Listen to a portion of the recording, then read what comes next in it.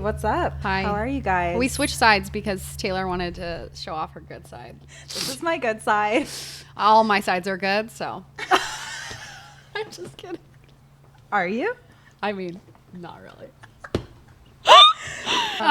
What's up? What's up is that I was at home getting ready for this, and I had both kids by myself. And in the past, thinking about having two kids by myself and having to get ready for something, just the thought of it would have made me be like, I give up. I can't do that. And I was sitting in my son's room with both kids. I brought my makeup in there and we were dancing to the bare necessities. Oh. And I was like, oh my God, look at me. Like, I'm crushing it. I love that because you once sent me something and you were like, on the podcast, we should celebrate not just baby milestones, but mom milestones. Yeah. Do you remember when you could barely even think about putting your baby in the car to drive somewhere alone? And now you're getting ready with two kids alone, figuring it out. Yeah. And having fun. And Kane was a baby. The thought of trying to do anything while he was awake was mind blowing. I was like, I can't do that. I need someone else here so that I can get ready. But now that's just what you do. Yeah. I'm freaking proud of myself. I love that. It is so cool how much we grow and how much we can do. I love having it. a good time together instead of making it this big deal about, like I have to be entertaining the kids. They're just along for the ride. To help you put on your makeup. We make things harder than they need to be, and it doesn't need to be that hard. Kids don't always need Miss Rachel when you're getting ready. No. Like, sometimes it's necessary. Of course. I love that this catch up was positive because sometimes I feel like I sit down and you're like, what's up? And I'm like, blah, blah, blah. Here's all the things that suck. Right. I mean, sometimes you need a vent. Yeah, but I love that this one was positive. And speaking of venting, what we're gonna talk about today, dads. This is going to be a positive, but real talk about dads, how far dads have come, the millennial dad, what does the modern day dad look like, and it's in honor of Father's Day. So often when people talk about motherhood and the struggles and the absence of a village and all this stuff, the dads aren't really talked about that much, which I think part of it makes sense because we go through a lot more. Dad is sperm donor and mom has to be pregnant, has to give birth, has to experience postpartum, has to feed the baby from their body. So right off the bat, there's a lot more to talk about in terms of what women go through because we go through a lot more. And our part is harder and more involved. And the men's part is fun because it's the sex. And then and then their lives really don't change until baby comes. Well, and it's more of a supportive role, typically, right? Yeah. When you think about the dynamic. And I always told my husband, the baby doesn't need you, but I need you. I need your support. I need your help. I need you to step up in other ways. I need you to pick up the slack in other places so that I have the capacity to take care of the baby. So this post that I saw on Instagram was talking about relationship between moms and dads. And it was like, we don't fall into these kind of tough dynamics because we're bad at marriage or because our husbands don't care. We fall into them because the system was never built for equity. So basically, it's talking about the mental load and all the things that women do to bring children into this world. The reality of it is that, and we've said this before, it is never going to be 50-50 in the sense that like you take half the meals, I take half the meals. You take one bedtime, I'll take one bedtime. You get up once in the night, I'll get up once in the night. It is never going to be like that because that is just not how nature is set up. Yeah. Society doesn't help set us up for success either. And we're just trying to navigate what we can do to set our relationships up for success. It's a tough situation to figure out. It doesn't mean that if you're mad at your husband or you're resentful over your husband, it doesn't mean he's a bad guy or he's a bad dad. It just means that you guys haven't figured out what works yet. And it's constantly evolving. It takes work. A lot of work. Marriage without kids is already work. Yeah. And then marriage with kids, it's like your relationship changes. And in so many ways, it's beautiful changes. And in other ways, it's really hard because your communication has to be so good. And such a big part of it is you don't have the time. When is the time to even argue or to work through something? I'm sleeping with my toddler right now and my husband is in the guest room. And I'm like, okay, bye. We're going to bed. Yeah. Good night. Yeah. I sympathize with people who really feel like at the end of the day, one, there's no time and there's no energy. You just got through the day, and then your other job that's also super hard starts. You're immediately on the clock. Yeah. You're texting your husband. You are 2 minutes late. Get in the door. You both come home and you both have to split this really hard, amazing job, and you're just feel like you're always going. And when is the time to connect? Right. Or discuss or... Yeah. It takes strategizing. Yeah, for and sure. you have to put on different hats that you never had to put on before. And yeah, and you have to get more creative. It's like figure out when you can do those things. Maybe your toddler takes a nap, or maybe you're up before the kids once in a while, or maybe you have to call your partner while they're at work on their lunch break to talk about whatever you want to talk about. I've written my husband a note on my iPhone and sent it to him and been like, yo, we haven't been able to talk in a while, so here's what's on my mind. I just thought of this. When we think of the mental load and what a toll it plays, I think about how when my dad, for example, was raising me, my mom, I think, had 100% of the mental load. Yeah. And I saw him for dinners and weekends, and he was an amazing dad. But I think about what my husband has done so far with my son and how emotionally present he is. And shout out to Connor. But I just feel like in celebration of Father's Day, just recognizing how far men have come in terms of being emotionally available for their children. Yeah. And millennial dads are spending more time than ever before with their kids. And it's so special and unique to see this transformation happening. And there's still work to be done. But the fact that my husband can sometimes work from home and sneak in lunches with our baby, and that he's expected to be home and have this partnership, like, yeah, it's not 50-50, but emotionally and being there for him as a parent, it does feel 50-50. Right. So yeah, it's just special. It is special, and we have to give them some credit, because I think there was a stat that came out that said that millennial dads are spending 3 times as much time as dads did in previous generations. And who knows, I'm sure there's all kinds of more information in that study. But snaps for dads. This is a stat that I wanted to read. So in 1975, 7.5% of men with first births took some form of leave. 7.5%? Okay. Some form of paternity leave. Okay. After 2015, 66.5% of first-time fathers took some form of leave. Oh. Even if that was just a week or 2 weeks or something. It is wild that it was 7.5 in 1975. I'm surprised there was any. That's honestly. true. When I think about 1975, so that was 50 years ago. I don't think my dad took leave. Yeah, I'm sure my dad didn't. And I'm sure that was probably PTO. But this is crazy paternity to think leave. about. Yeah. Because we think about the village, right? Because we talked about that in our previous episode. Where's the village? In 1975, there was still no village. Right. So think about the fact that moms were home alone and no dads were. Yeah. Right. If your company doesn't offer paternity leave and the other option is to take unpaid leave, that's not possible for a majority of people. Yeah. Or if you own your own business or whatever. Also, one thing that I really wanted to bring up is how dads have operated as fathers throughout time and how different that is from the modern day dads. So I chat GPT'd it. Obviously. So when looking at ancient times, dads sent their sons to military training at age 7 and outsourced all their parenting to the state.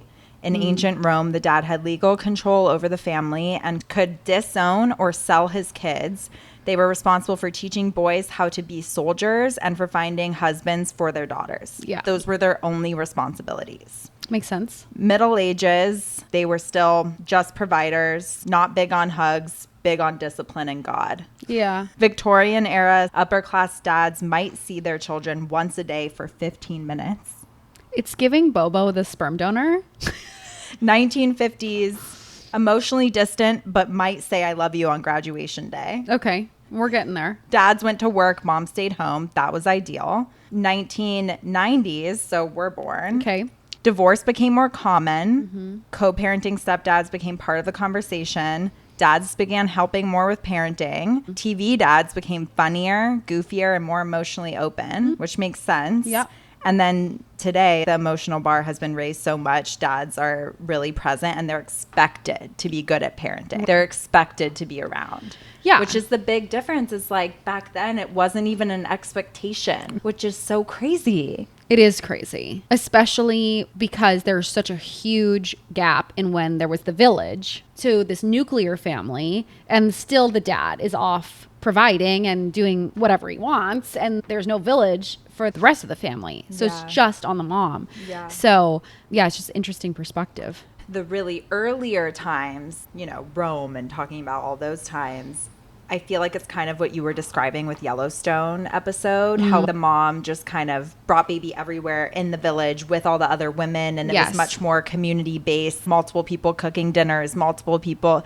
So it's just an interesting concept because now it's not like that. So we've lost the village. Okay, just for reference, Taylor is talking about how I reference a Yellowstone 1923 episode where there was a pregnant woman and she came over on a boat to America and she was getting sent back because she was super pregnant and they were like, you can't work, we don't want you.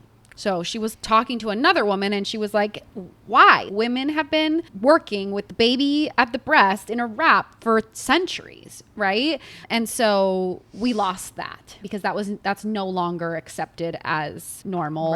And jobs look different. You have to go into an office 9 to 5, sit at a computer, be on. That's not conducive to baby on breast. Right. Situation. Totally. Which is why people are sacrificing one or the other. And that's why at a certain point they would just say, okay, you're pregnant, you can no longer work because your time here is done. Right. And that's what happened to my grandma when they moved from Holland to Canada and the US. And when they were here in California and she was pregnant, they were like, okay, you're showing, you're out.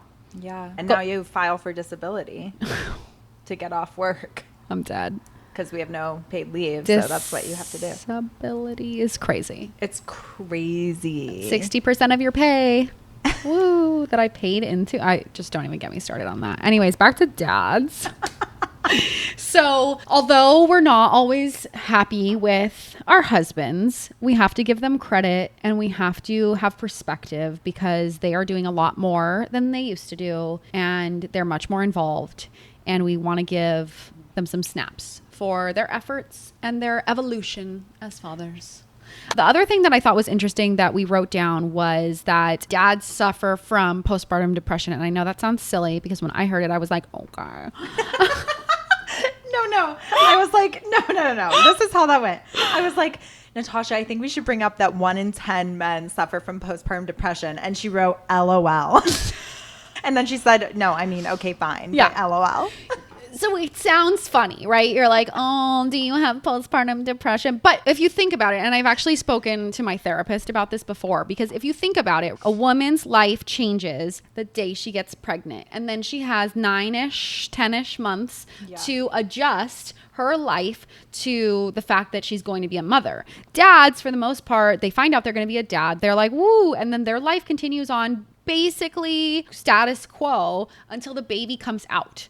So that, yes, it's obviously life altering for us women, but for the dad, it's a little bit crazy to think about. Just like moving on with your life, nothing's happening to you. But then it happens and it's like, holy. Yeah, and socially our lives have already changed. Of course, because we're not drinking, we're not going out. Having the nesting hormones. The dad is sure hanging some pictures, but their lives continue on relative to our lives, right? Our lives are different. Their lives pretty much the same. Yeah. And so if you think about how jarring that would be, reframe to giving dads credit. You're like, yeah, whatever. Like our job is so much harder. Yes. No, that would be shocking. But it would be jarring, right? Get handed a newborn with no adjustment period. Right. And you don't have the hormones that we have that are like, you love your baby. Like imagine. Well, that's what I also was going to say is I can imagine it would be difficult for your life to change like that, but then also your relationship to change like that. And you don't have the same relationship with the newborn. So I felt very hyper-focused on baby, did not even care about husband the first few months. I was just trying to keep baby alive. keep me alive, heal myself, and, you know, develop this amazing love bond with my baby. And I can see how that, and again, it's like, poor you, I had to deal with not having that relationship too. Right. But I can see how that could be also very shocking because you're used to being in this partnership of a different kind of love and you aren't getting that support, but your life has changed. Right. It's because they're more of a supportive role. I would think that it feels like it's happening to you. Right? Yes. Whereas you're the mom, you have the baby, your life is changing and you're like, I'm spending all this time with my baby because I want to, my body is doing all of these things for this baby. We're having this amazing bond. And the dad has this supportive role. He has none of those hormones going on. What is it called? Womb envy or something? Something like that. Because I could see how it's like, I think in my mind, I'm so fucking badass. Right. I grew this baby. Right. I birthed this baby. Right. I'm feeding this baby with my body. And you're changing diapers. Right. And you want a pat on the back. Yeah. But I can see how that would give you this I'm not worthy type mentality. Well, it could make me depressed to feel like that. Like, 100%. I'm not confident. I can't do much. I can't breastfeed. I can't do this. And right. And you're trying to figure out your new role. We automatically feel our role, right? And I would think that sometimes as a dad, you're like, okay, I need an adjustment time. It takes a while to figure out what it's like to live in this house with a completely different dynamic. Yeah, you're used to being number one to your wife, and now all of a sudden you're number two. And I would imagine that adjustment is tough. Oh my gosh. Can we talk about for a second all those videos on social media that are like relationship comes first, husband comes first? Can we stop talking about what comes first? Like the family comes first. Right, of course. I hate all those things that are like choose your baby or choose your husband. Like the relationship needs to be healthy for your baby to be healthy. Sure. But like, why are we talking about, it's how we talk about how we're a team now, right? We're not doing the I changed this diaper, you change this diaper. Let's figure out how to be a healthy family. And yes, that means healthy relationship, but it also means healthy relationship with dad baby, mom baby. I don't know why it boils my blood. It's not a competition. Don't make me choose between my baby and my husband. No one needs to be rated. Who's number one? Who's number two? What is this, a MySpace top 8? The dog's number 3. I mean, yes. Oh God, the dog. Don't get me started on the dog. That's something the husband can do. Dog. They must. Or the dog's out.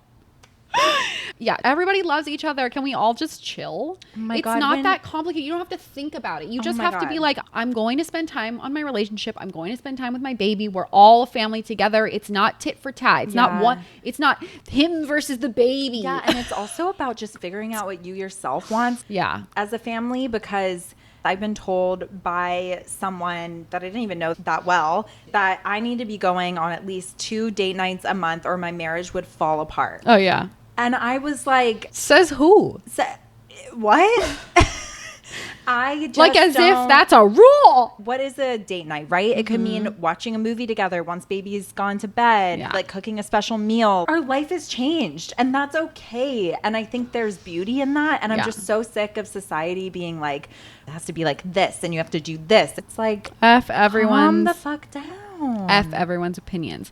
You have to do what works. Don't get me wrong. I like a date night. Sure. But there's no hard and fast rules. That's the biggest eye roll I've ever. I think just make time for connection. It doesn't have to be a date. It just. And it can be. And it can be. No judgment either way, you know? Right. But stop telling other people what their relationship should be like. Right. Unsolicited advice. Unsolicited marital advice. Is unwelcome. Unnecessary. Everybody has different needs. So I think one of the biggest things in the marriage is figuring out how everybody can get what they need. My husband and I have that conversation all the time. What is important to you? What are your needs? What's our priority list here? I really need to get out and go to workout classes for my physical health, for my mental health. And we're both super motivated to allow each other that time to do that. He wants to go surfing. Great. He wants to go golfing. Less great, but also it makes him happy. It's good exercise, like vitamin D. Everybody deserves that. Right. So we really try to allow each other the time to do that when we can. And that is a huge part relationship stress. I would say, at the beginning. At the first 6 months. Even now, my husband and I struggle with this because he will start at sometimes 5:30, 6, and he will be out of the house. And that is usually my time to work out. But instead, I'm on the clock with baby immediately. Yeah. And then by the time he gets home, I'm tapped out. I'm exhausted. He's tapped out. He's exhausted. So who gets to work out? Right. Because he was just on a job all day, but so was I. Yeah. I just wasn't getting paid for it. Right. So that's literally the only difference in my eyes. Yeah. And just knowing, okay, maybe on Mondays, like it's my day, it's when I'm tapped out to work out. And then Tuesday, it's yours. And then maybe one morning you can start a little later and I can.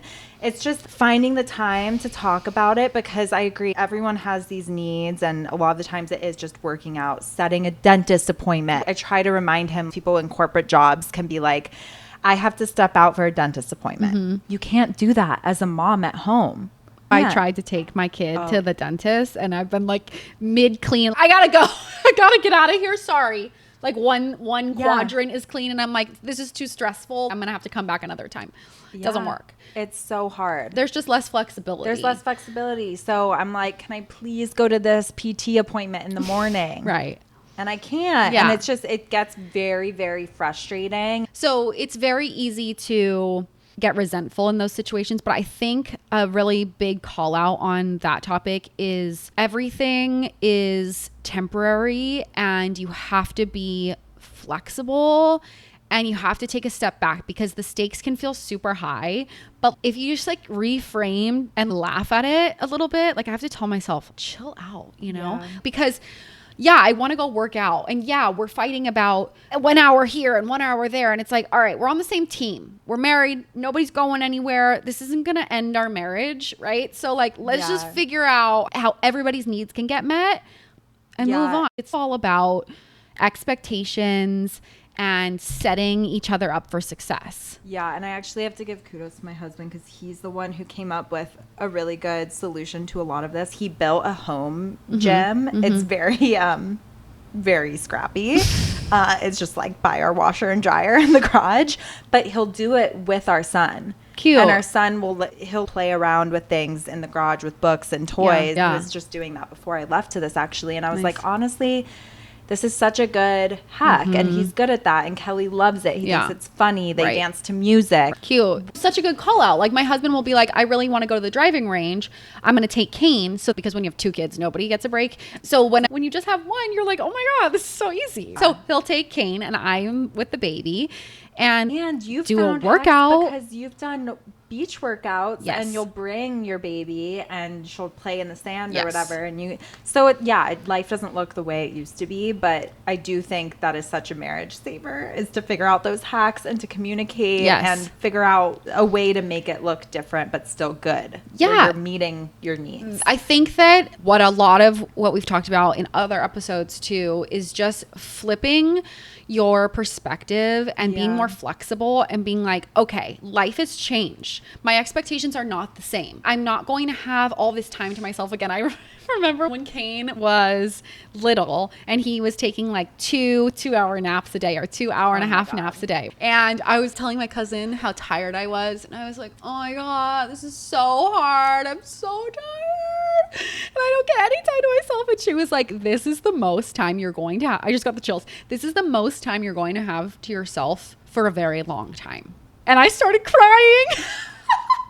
Because I was like, I'm so desperate for time alone and time away and time with my husband. And those feelings are so valid. And I know so many moms feel that way. I will tell you, it is true. You're just going to start having less and less time yourself, but you just adjust and you get more flexible and you flip your mindset to be like, okay, my life doesn't look like what it used to look like, and that's okay.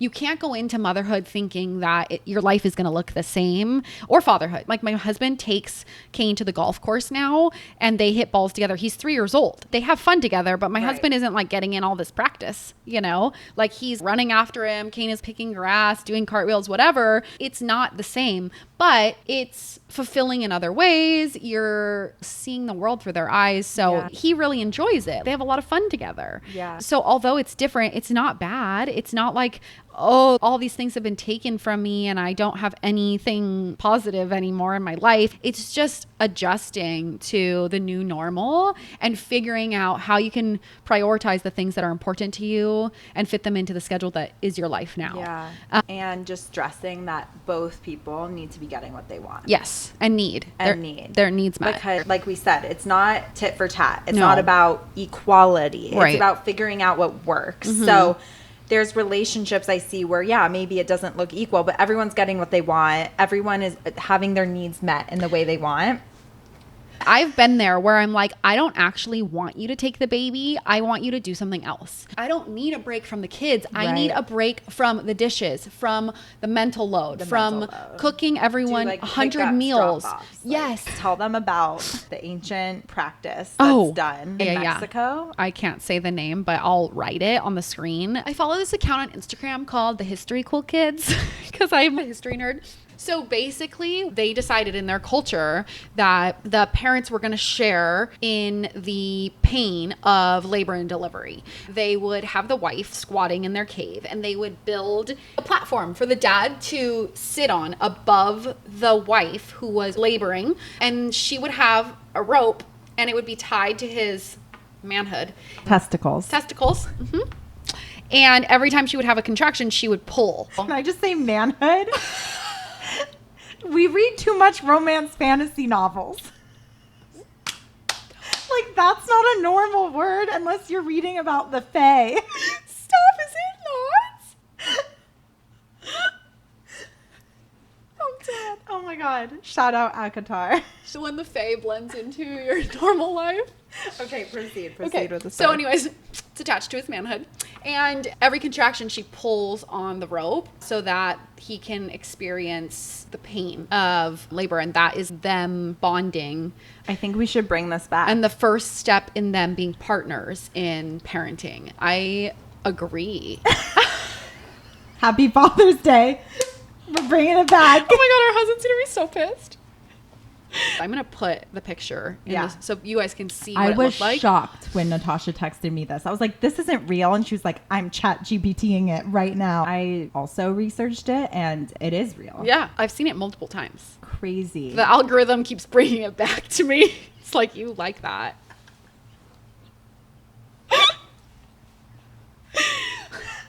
You want to make your husband suffer. Oh my God. Sorry, after an unmedicated birth, I've been thinking a lot about it.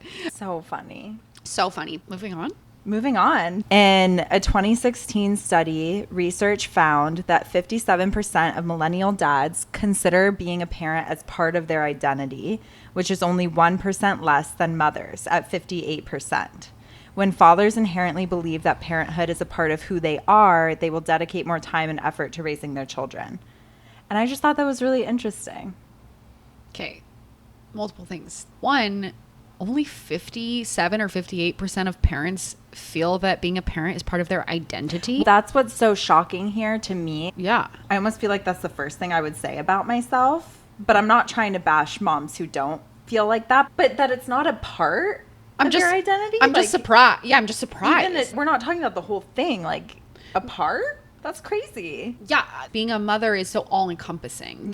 We come from a culture where people ask, what do you do? Before they ask, anything tell else. us a little bit about yourself. Yeah. What do you like doing? Right. Are you a mother? Are you a father? Right. So I don't know if it plays into that because the study was in 2016. I feel like that was like full force corporate. Right. A lot has changed since COVID. I feel like parenting really changed during the pandemic because a lot more work from home happened and it was definitely an adjustment period. But I remember at the time so many coworkers were like, I never experienced being a mom like this before COVID hit. And it was just really different. Yeah. I cannot imagine having little kids during the lockdowns, being stuck in your house. Today, I was solo because my husband was golfing and I was like, what am I going to do with these children? And I just set them outside and set up a splash pad and they entertained themselves for hours. It really felt like a break. And so I just can't imagine during COVID being stuck inside. We asked our Instagram, what was the most helpful thing that your partner did for you postpartum? A lot of people who have started listening are expecting a baby and it's their first time. So this is for you guys. Take notes, especially if you're the dad. First one, what is the most helpful thing your partner did postpartum for you? Bring me sushi after delivery. Always a classic. Always a winner. Made me food, brought it to me in bed. Oh, king. Support me with breastfeeding and tell everyone how great breastfeeding is. Aw, that's sweet. Give me space to cry. Didn't try to tell me it's okay. Small, but it meant a lot. That one to me hits home because men love to fix things, but sometimes you just need someone to be like, I know, it's hard. I love it. Love it. Change blowout poops, of course. Love it. Deals with nightly temperature sweats and changes the thermostat Nice. to hot or cold. There we go. We're just having some hormone surges. I love it. Help a And sister then out. Takes over bath time. Oh, Dinner, cleaning up, things that don't need boobs. Yes. This one's the best one. What did your husband do postpartum that helped you? Nothing. He did absolutely fucking nothing. And on that note, happy Father's Day. See you next time. I had to read it, even though it's like, oh my God. Also, are you okay? Yeah, are you okay? Reach out to us. We're here for you. Also, is he still around? Literally. Oh, man.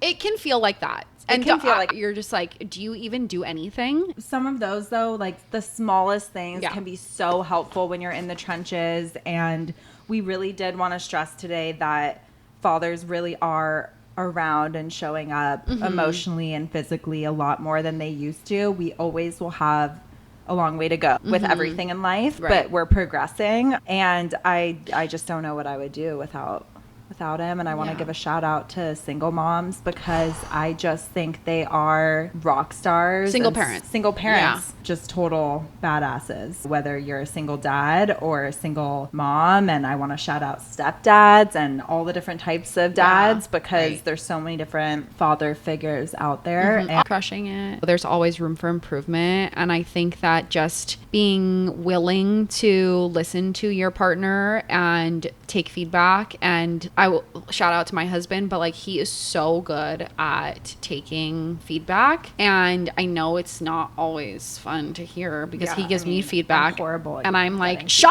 up. I'm perfect. I'm doing so much. Leave me alone.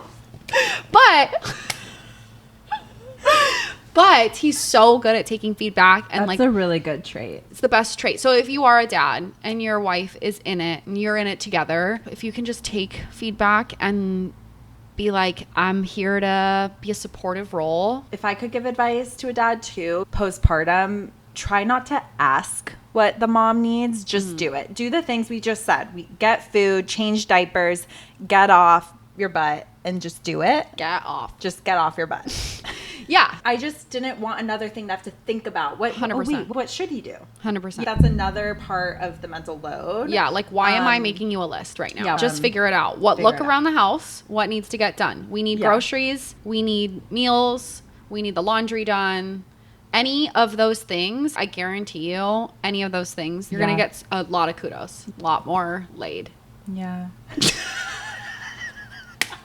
After 6 to 8 weeks. Or longer. Or 6 to 8 months. Amy Schumer, she does a stand-up and she's like, went to the doctor. They were like, okay, 6 to 8 weeks, you're good to go. And she was like, try 6 to 8 years. You just Wolverined my vagina. Yeah, 6 to 8 weeks. Wolverine. I can't. She kills me. When we talked about how a lot of things don't change until postpartum when baby comes for dad, a really good way for dads to kind of step up is to have fatherhood start earlier. Check on pregnant wife. What does she need? It's not just what your wife needs when baby comes. Yeah. It's before that, you know, just to find empathy in the fact that things have already changed for your wife. Yeah, because if you start early, you're not going to be as shocked. Oh my gosh, my husband, I'll never forget this. He was like, I won't drink alcohol the whole 9 months. Oh. In solidarity. I think he had a beer the day after. I was like, thank you so much for the thought. Right. No way you were going to do that. Nice try. Nice try. Someone said that in front of me and my husband, and I was like, are you going to do that? He was like, no. Yeah, but I wouldn't even do that if it was him that had to be pregnant. We're all about honesty, open communication, and we love dads. We love dads.